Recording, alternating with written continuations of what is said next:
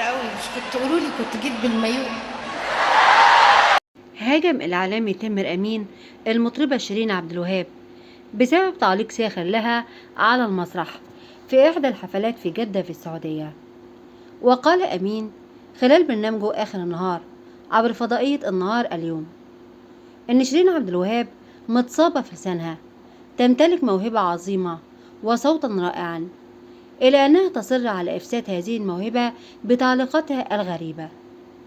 وأشار إلى تعليق شيرين في أثناء دخولها المسرح بحفل لها بمدينة جدة بالسعودية، إذ قالت: الجو حر قوي، مش كنتوا تقولوا كنت جيت بالمايو؟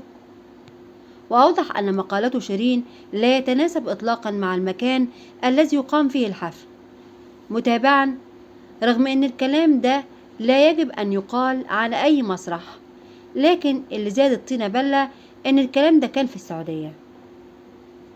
وأكد أمين إنه لا يكره شيرين ولا يشمت فيها، مشيرا إلى أنها على المستوى الفني واجهة مشرفة لمصر، موجها رسالة لها قائلا: أرجوك حافظي على نفسك من نفسك، انت حاجة حلوة ما تضيعهاش بإيديكي.